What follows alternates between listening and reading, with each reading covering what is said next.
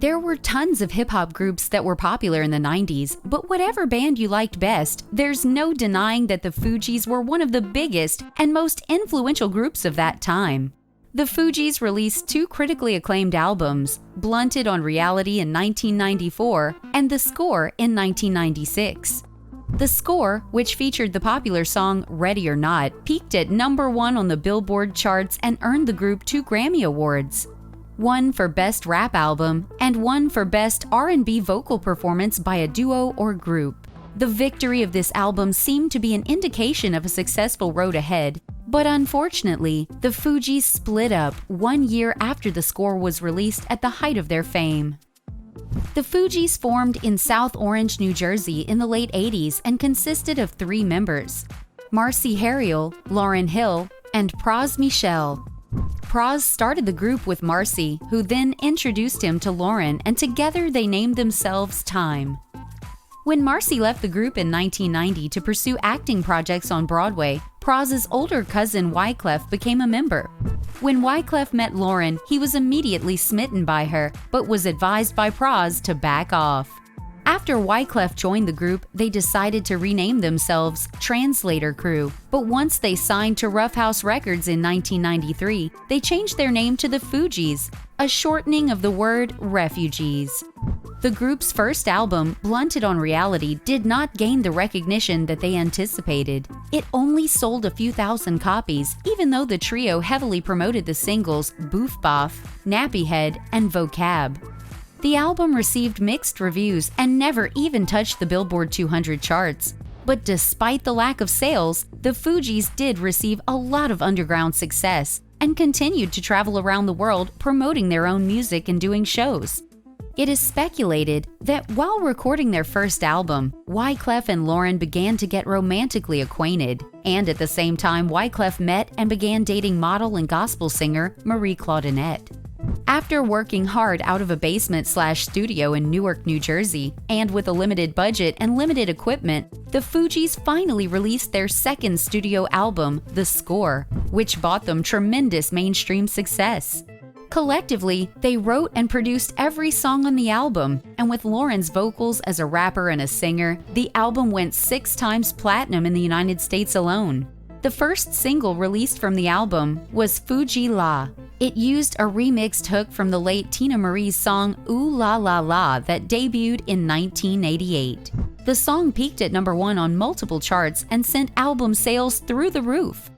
The follow-up single, Killing Me Softly, a remixed cover of Roberta Flack's Killing Me Softly with his song, released in 1973, also peaked at #1 on the Billboard charts.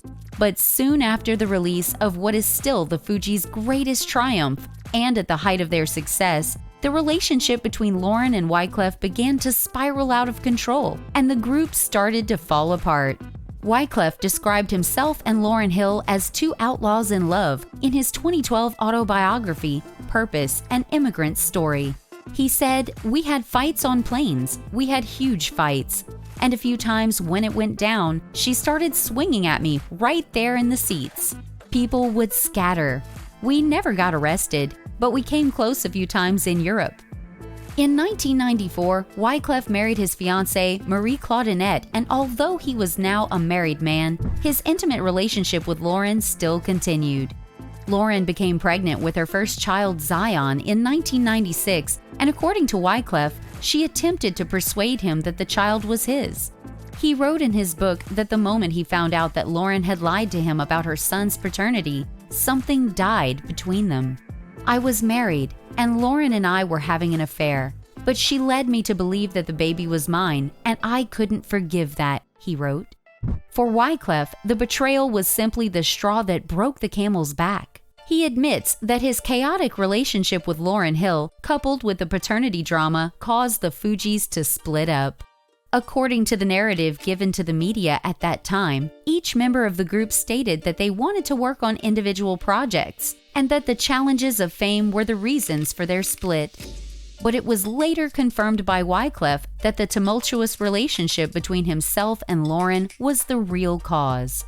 Wyclef also disclosed that he made the decision to be honest about what caused the Fugees to disband in order to find some closure.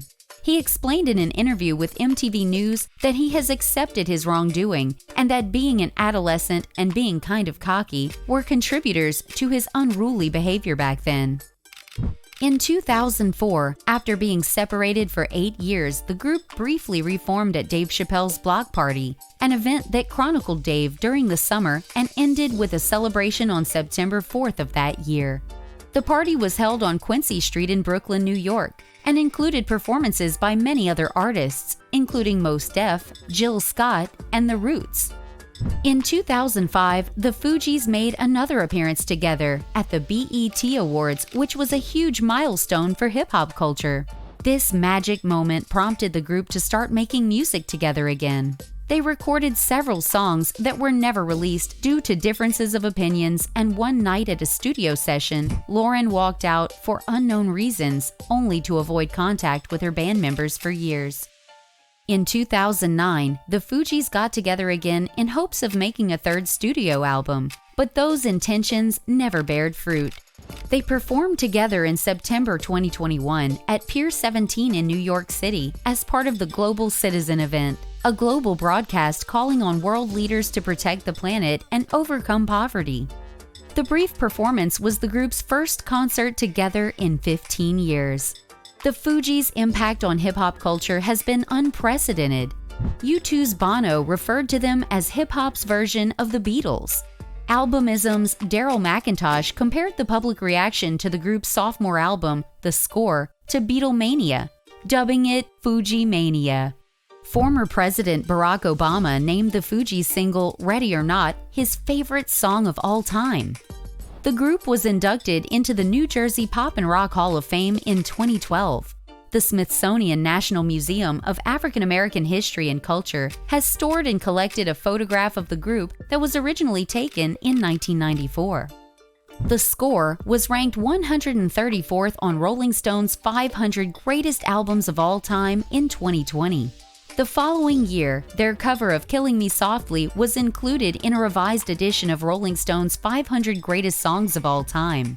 The Fugees have sold over 22 million records worldwide, making them one of the best-selling hip-hop groups of all time. Lauryn Hill and Wyclef Jean recently collaborated to perform some of the group's classic hits at the 2022 Essence Festival in New Orleans, Louisiana. The unexpected reunion happened during Wyclef's time on stage at the Superdome. Midway through his set, Lauren took the stage and sung a solo rendition of Killing Me Softly before being joined by Wyclef to perform their hits How Many Mics, Fuji La, and Ready or Not. Recently, the beloved trio planned a reunion tour to commemorate the 25th anniversary of the release of the album The Score, but the tour was canceled due to the COVID-19 pandemic. No matter what the future holds for the Fugees, they will always be known as the group that uniquely blended pop, soul, dancehall, R&B, rap, and Caribbean music to make masterpieces that made the culture amazing. And with each passing year, some of us still hold on to the optimistic expectation that one day the three of them will get back together again. If you enjoyed this video, please like, share, and subscribe to our channel for more uploads like this one. Thanks for watching!